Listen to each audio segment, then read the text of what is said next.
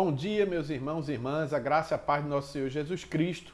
Mais uma vez estamos aqui para estudar uma lição da nossa confissão de fé. Hoje estudaremos o 14º capítulo, que é a fé salvadora. Mais uma vez eu repito que essa confissão de fé está disponível no Google. A Confissão de Fé Batista de 1689, você pode fazer o PDF, o download dela e ter ela em mãos para estudarmos juntos essa confissão que é o credo da nossa Igreja Batista Missionária Palavra Viva, tá bom?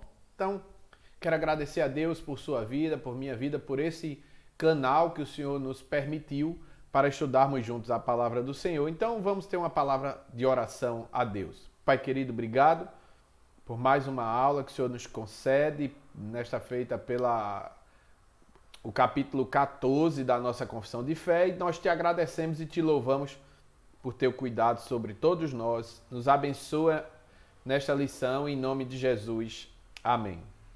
Pois bem, irmãos e irmãs, iremos continuar o nosso estudo hoje, como eu já falei, tratando da fé salvadora, e veremos aqui alguns pontos que a confissão de fé apresenta para o esclarecimento dessa doutrina da confissão. Então, vamos estudar a partir desses tópicos. E o primeiro tópico de hoje é o seguinte: a graça de fé é uma obra do Espírito de Cristo nos corações.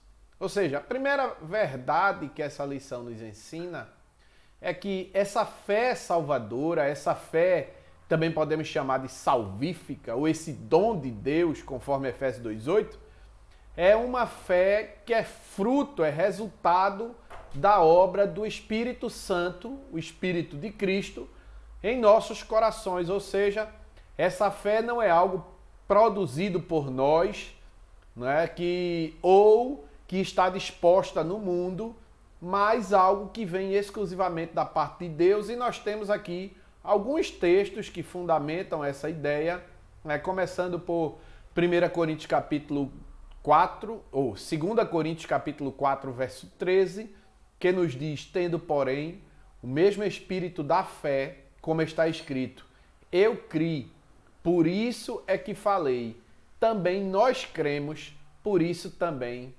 falamos, né? Então, o apóstolo Paulo tratando ali desse princípio da fé, de crer e falar, mas também o apóstolo Paulo apresenta em Efésios digamos assim, a origem dessa fé, quando ele diz, Efésios 2:8, porque pela graça sois salvos, mediante a fé, e isto não vem de vós, é dom de Deus. Ou seja, a fé não vem de nós, ela é um presente de Deus, assim como a graça também vem da parte de Deus para nos possibilitar a regeneração em Cristo.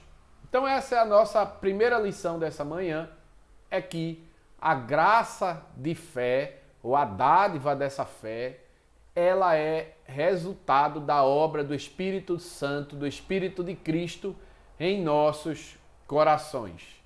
Segunda lição dessa manhã é que por ela, ou seja, por esta graça de fé, pela fé, os eleitos e eleitas são habilitados a crer para a salvação de suas almas. Normalmente essa obra é lavrada pelo ministério da palavra. Então, a fé, ela tem a capacidade de nos levar à salvação em Cristo, quando esta fé, sendo uma dádiva de Deus, nos conduz a Cristo, né? Claro que toda pessoa que recebe a dádiva da fé, recebe esta dádiva para crer em Cristo. Jamais essa pessoa receberia ou receberá esta fé salvífica da parte de Deus e utilizará esta fé para se apoiar em outro mediador, em outro Deus, em outra divindade que não o próprio Cristo, pois ele, segundo o próprio Deus, é o único mediador entre Deus e os homens. Então, quando Deus nos concede esse presente da fé, obviamente essa fé ela estará alicerçada em Cristo. E o autor acrescenta que normalmente, ou seja, a normalidade dessa fé que nos leva à salvação é que ela seja estabelecida em nós pelo ministério da palavra, ou seja, vai ser o Espírito Santo atuando em nós através da palavra de Deus. E nós temos a fundamentação disso lá em Romanos, capítulo 10, verso 14 e 17, que nos diz: como, porém, invocarão aquele em quem não creram? E como crerão naquele de quem nada ouviram? E como ouvirão, se não há quem pregue? E assim, a fé vem pela pregação e a pregação pela palavra de Deus. Então, isso demonstra essa normalidade de que a salvação vem através da palavra de Deus, né? E por meio da aplicação dessa palavra em nossos corações pela pessoa bendita do Espírito Santo. Terceira lição dessa manhã: com a palavra, a administração da ceia, a administração do batismo, a ceia do Senhor, a oração e outros meios designados por Deus, a fé é aumentada e fortalecida. Ou seja, esta fé recebida como dom de Deus, como a graça de Deus, ela não é estática. É uma fé que ela aumenta ou diminui, né? Então, nossa vida cristã, que é um reflexo da nossa fé em Cristo, ela vai ter altos e baixos, dependendo do engajamento que nós tivermos na própria vida cristã, ou seja, na piedade da vida cristã e na observância das orientações de Deus para a vida cristã, das quais nós nos referimos aqui como a própria palavra, ou seja, a meditação da palavra, a participação no batismo, né? A administração do batismo, ser batizado, a celebração da ceia do Senhor, participar do pão e do cálice, a oração, ter uma vida diária de oração e outros meios que nós poderemos incluir aqui, a prática do jejum, a prática das boas obras, atos de misericórdia, a evangelização, que é a proclamação da verdade de Cristo. Então, esses meios, digamos assim, secundários, né? Poderíamos dizer que o meio primário é o próprio agir do Espírito Santo, mas os meios secundários que Deus dispõe em sua palavra e nos orienta a vivenciá-los, servem para aumentar e fortalecer, ou seja, eles nos conduzirão a um crescimento de fé, de forma que com esse crescimento estejamos adquirindo maturidade para a vida cristã. Alguns textos fundamentam esse ponto, dos quais temos Lucas 17, verso 5. Então disseram os apóstolos ao Senhor: aumenta-nos a fé. Primeira carta de Pedro, capítulo 2, verso 2, onde Pedro diz: desejai ardentemente, como crianças recém-nascidas, o genuíno leite espiritual, para que por ele vos seja dado crescimento para a salvação. Mas não apenas isso, também temos Atos capítulo 2, Atos capítulo 20, verso 32. Agora, pois, encomendo-vos ao Senhor e à palavra da sua graça, que tem poder para vos edificar e dar herança entre todos os que são santificados. Veja que ela tem esse poder para nos edificar, né? Para fundamentar a nossa vida, assim como ela é o verdadeiro alimento da nossa vida, né? E por meio dela, da oração, do jejum, do batismo, da ceia, né? Da proclamação do evangelho e dos atos de misericórdia, a nossa fé vai aumentando, vai sendo fortalecida, vai amadurecendo a cada dia, mesmo diante dos desafios da vida cristã. Quarto ponto: por esta fé o cristão crê ser verdadeiro tudo quanto é revelado na palavra de Deus. Ou seja, essa fé faz com que a gente enxergue a Bíblia, a Escritura, como algo sagrado, como algo da parte de Deus, como a verdadeira inspiração divina, né? Ou seja, que a Bíblia registra e é a palavra inspirada de Deus, onde o Espírito Santo acompanhou os escritores da Bíblia para que eles registrassem nela exatamente aquilo que era da vontade de Deus. Então essa fé nos faz crer assim em Atos, capítulo 24, verso 14, diz, porém, confesso-te isto, que segundo o caminho, a que chamam seita, assim eu sirvo ao Deus de nossos pais,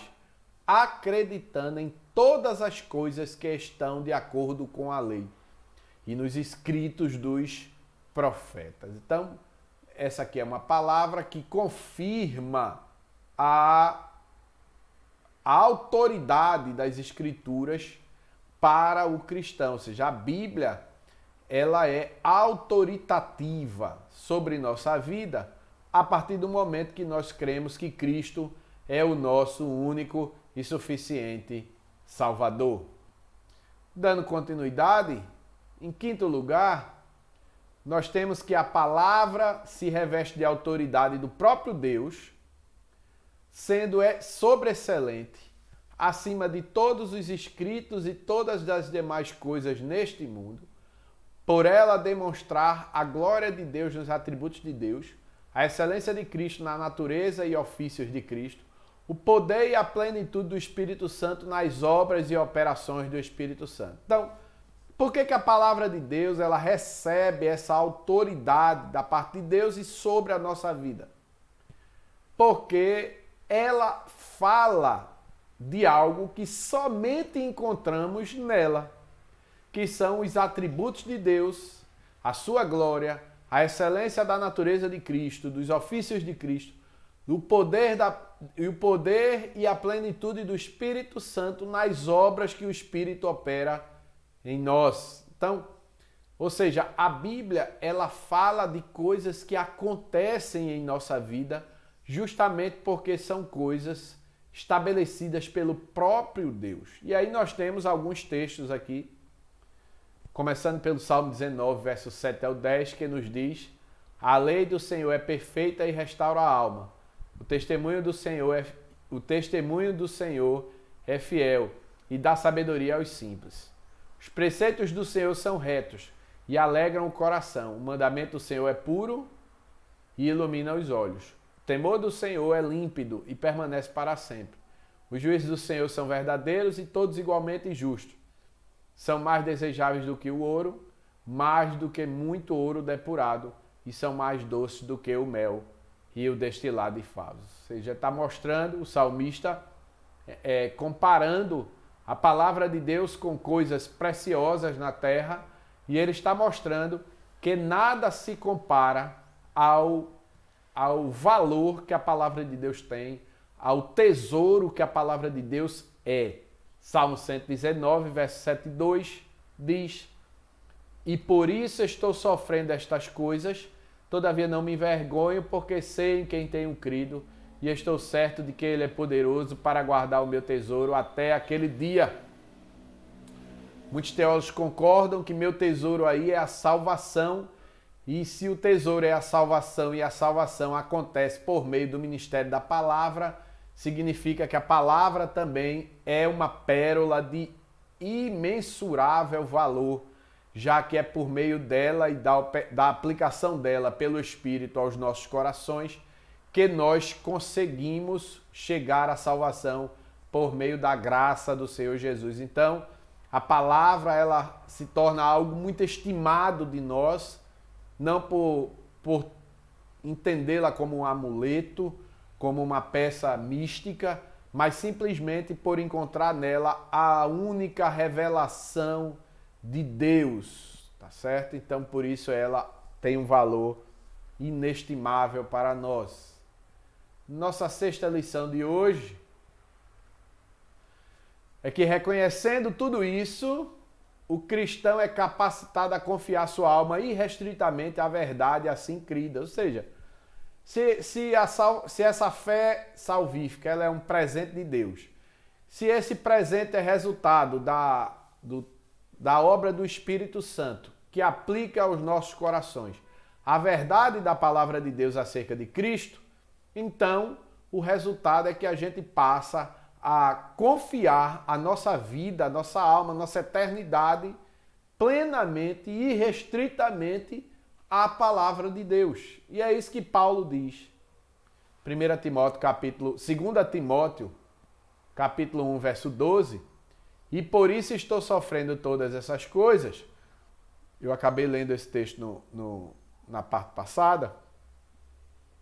Todavia não me envergonho, porque sei em quem tenho crido e estou certo de que Ele é poderoso para guardar o meu depósito até aquele dia. Ou seja, a convicção daquilo que Deus tem feito em minha vida e que Ele manifestou na palavra de Deus faz com que a palavra de Deus seja confiabilíssima para mim. Ou seja, eu denoto, eu dou a ela toda a minha confiança. Né? É isso que a gente termina aprendendo aqui nesse ponto. Sétimo lugar, também é capacitado, ou seja, o cristão também é capacitado para reagir coerentemente, segundo a índole de cada passagem particular, prestando obediência aos mandamentos. Ou seja, é porque, por causa dessa confiabilidade que a palavra de Deus adquire diante de mim, pela obra do Espírito Santo, que agora o próprio Espírito me capacita também para não apenas confiar, mas também vivenciar a própria palavra a partir dos ensinamentos de cada passagem, obedecendo aos mandamentos de Deus. Né? João capítulo 15, verso 14, Jesus diz: vós sois os meus amigos, se fazeis o que eu vos mando. Ou seja, ser cristão ou cristã implica em obedecer a Cristo. Mas não apenas obedecer aos mandamentos de Cristo, mas também tremer entre as ameaças, ou tremer ante as ameaças. Ou seja, quando Deus anunciar a possibilidade de juízo e castigo e nós nos depararmos com esses anúncios contidos na palavra, nós também, como cristãos, devemos temê-los. Em Isaías capítulo 66, não é o verso 20, tá, gente? É o verso 2, diz: porque a minha mão fez todas estas coisas e todas vieram a existir, diz o Senhor. Mas o homem para quem olharei é este, o aflito e abatido de espírito, e que treme da minha palavra. Ou seja, Deus fez tudo. E qual homem, qual pessoa ele levará em consideração? Aquela que é quebrantada e que treme diante da palavra de Deus. Ou seja, leve em consideração os mandamentos de Deus. Não é? Então, Deus não desprezará as pessoas que são humildes, quebrantadas de espírito, e aquelas que reverenciam a verdade de Deus, respeitam, né? Glorificam a Deus em sua verdade. São estas pessoas. A nossa nona lição de hoje diz que ir abraçando as promessas de Deus para esta vida e a que há de ser. Ou seja, nós não apenas obedecemos a palavra de Deus, nós não apenas trememos diante das suas ameaças de juízo, mas nós também abraçamos as promessas de Deus. Nós nos tornamos possuidores das suas promessas, herdeiros e co-herdeiros em Cristo das promessas que Deus revelou através de Cristo. Hebreus capítulo 11, verso 13 diz: todos estes morreram na fé, sem ter obtido as promessas, vendo-as, porém, de longe, saudando-as e confessando que eram estrangeiros e peregrinos sobre a terra. Ou seja, os crentes do Antigo Testamento morreram sem ver o cumprimento da promessa de Deus na pessoa de Cristo, a chegada do Messias. Nós, por outro lado, que estamos no pós-morte e ressurreição de Cristo, estamos agora aguardando o seu segundo retorno. E é possível que muitos de nós morram sem ver esta segunda promessa, mas crendo nela, né? Ou seja, é natural que o cristão creia que Cristo há de retornar. Mas os atos mais importantes da fé salvadora relacionam-se diretamente a Cristo, que são aceitar a Cristo. É lógico que aceitar aqui não é na perspectiva de que você é quem tem o poder de dizer sim ou não à salvação. Nós já falamos disso no livre-arbítrio, no decreto de Deus, na graça irresistível que a gente chamou aqui de chamado eficaz, né? Mas esse aceitar a Cristo é simplesmente responder positivamente a Cristo, né? Responder positivamente à obra dele na cruz. Recebê-lo, confiar exclusivamente nele para a justificação, a salvação e a vida eterna, conforme as disposições do pacto da graça. Ou seja, é crer que Deus realizou uma obra eterna para nós, no espaço-tempo, e que, por meio dessa obra, nós recebemos graças inefáveis, inimagináveis, e que, portanto, nós agora vivemos estas graças, né? Nós agora cremos nessa graça, nós agora amamos a palavra de Deus, amamos a vontade de Deus, né? Alguns textos falam sobre isso, vamos olhar para eles. O primeiro deles, João capítulo 1, verso 12. Não posso falar agora não. Pai, eu tô com calor. Tá bom, já vou. 1 João 12, liga o ventilador. Ah, tá sim. João capítulo 1, verso 12, na realidade. Mas a todos quantos receberam, deu-lhes o poder de serem feitos filhos de Deus, a saber, aos que creem no seu nome. Ou seja, essa filiação divina, né, ela depende exclusivamente da fé, dessa fé que vem de Deus. Atos capítulo 16, verso 31, diz, responderam-lhe, crê no Senhor Jesus e será salvo, tu e tua casa. Ou seja, a salvação, ela está para aqueles que creem, que recebem essa dádiva da fé em seus corações. Gálatas 2,20 diz, logo já não sou eu quem vive, mas Cristo vive em mim, e esse viver que agora tenho na carne, vivo pela fé no Filho de Deus, que me amou e a si mesmo se entregou por mim. Então essa mudança da vida, essa transformação em nossa vida, ela acontece por meio de Cristo, quando passamos a crer nele. E Atos 15, 51, mas cremos que fomos salvos pela graça do Senhor Jesus, como também aqueles o foram. Então, mais uma vez, essa afirmação de que as dádivas do Senhor, elas nos são concedidas por meio da fé, né? Então, vejamos aqui, próximo ponto. Esta fé pode ter graduações diferentes, ser mais forte ou mais fraca, né? É claro que isso é muito evidente, como eu falei lá no início.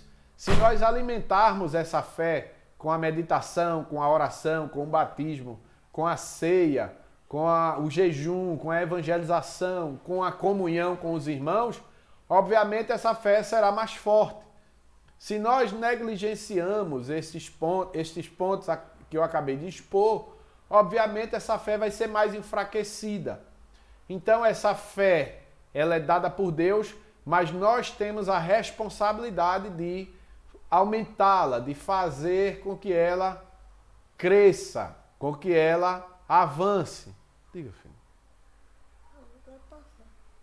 Então isso depende de nós, e nós temos aí alguns textos falando sobre isso. Hebreus capítulo 5, verso 13 e 14. Ora, todo aquele que se alimenta de leite é inexperiente na palavra da justiça, porque é criança. Mas o alimento sólido é para os adultos, para aqueles que, pela prática, têm as suas faculdades exercitadas para o discernimento, para discernir não somente o bem, mas também o mal, né? Então, José, vai pra lá, tá atrapalhando, papai. Você só vai ligar quando o menino chegar. Sai. Então a gente vê aqui que o autor de Hebreus, está falando sobre esse desenvolvimento da fé, né? Esse desenvolvimento que também nos faz desenvolver essa vida cristã. E que isso se dá a partir do alimento sólido, né? Do alimento que realmente alimenta, ou seja, que é a prática da palavra, né? Não é apenas ouvir, mas praticar a palavra. O que é, pai? Ô pai, O que é? é quantas horas que eu vou ligar o celular? Só quando os meninos chegar. Daqui a pouco. Só quando os meninos chegar. Eu tô dando aula. Tchau. Mateus capítulo 6, verso 30 também nos ensina: ora, se Deus veste assim a erva do campo, que hoje existe e amanhã é lançada no forno, quanto mais a vós outros, homens de pequena fé.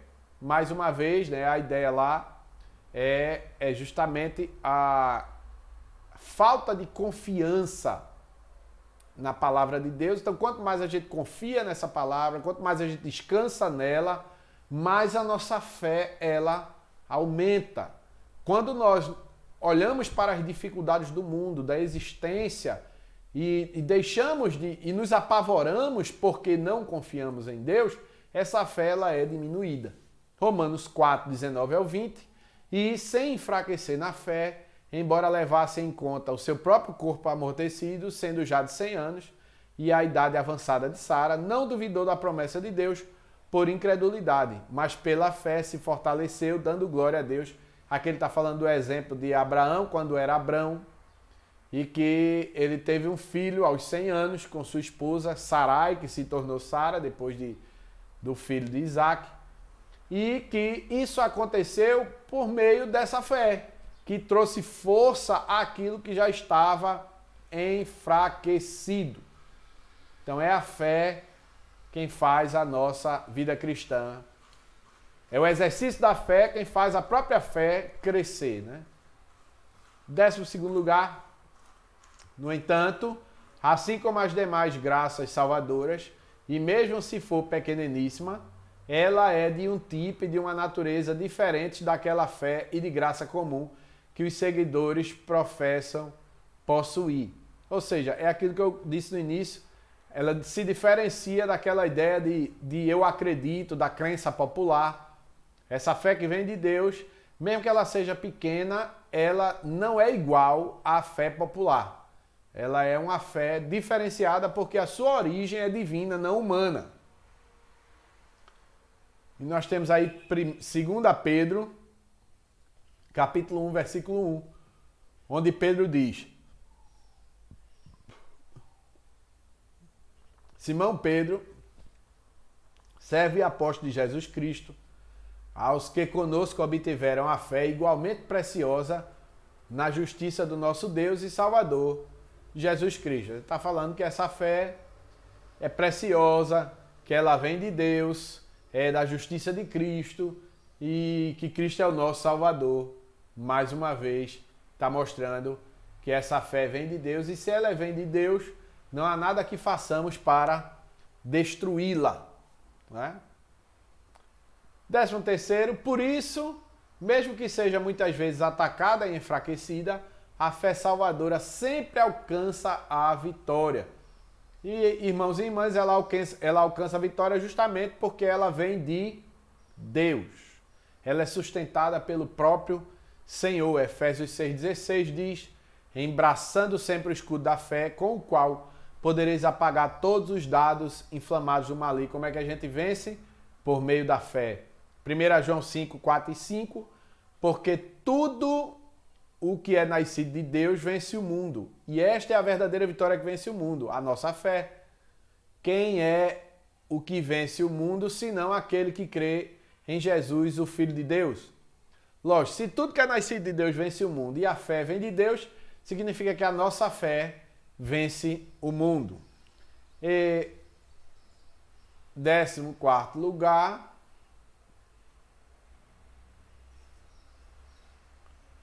ela existe em muitas pessoas crescendo para a plena certeza da esperança.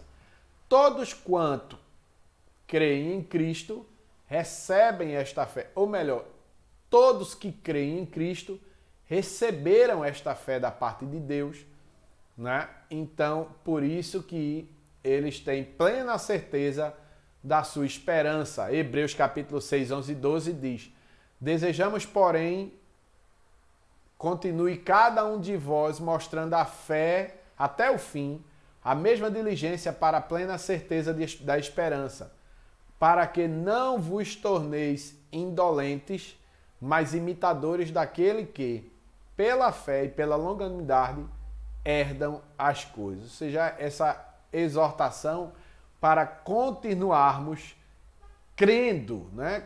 Tendo plena certeza da nossa esperança até o fim, pois assim venceremos a semelhança daqueles que venceram antes de nós. Colossenses 2, para que os seus corações sejam confortados, vinculados juntamente em amor e tenham toda a riqueza da forte convicção do entendimento, para compreenderem plenamente o mistério de Deus em Cristo. Mais uma vez, é assim que os nossos corações serão alimentados com essa convicção por meio da nossa fé em Cristo, que vem dele e que é lançada no sacrifício de Cristo. 15º ponto, mediante Cristo, que é o autor e também um consumador da nossa fé, não podia ser diferente. Aquele que é o fundamento da fé também é o seu consumador.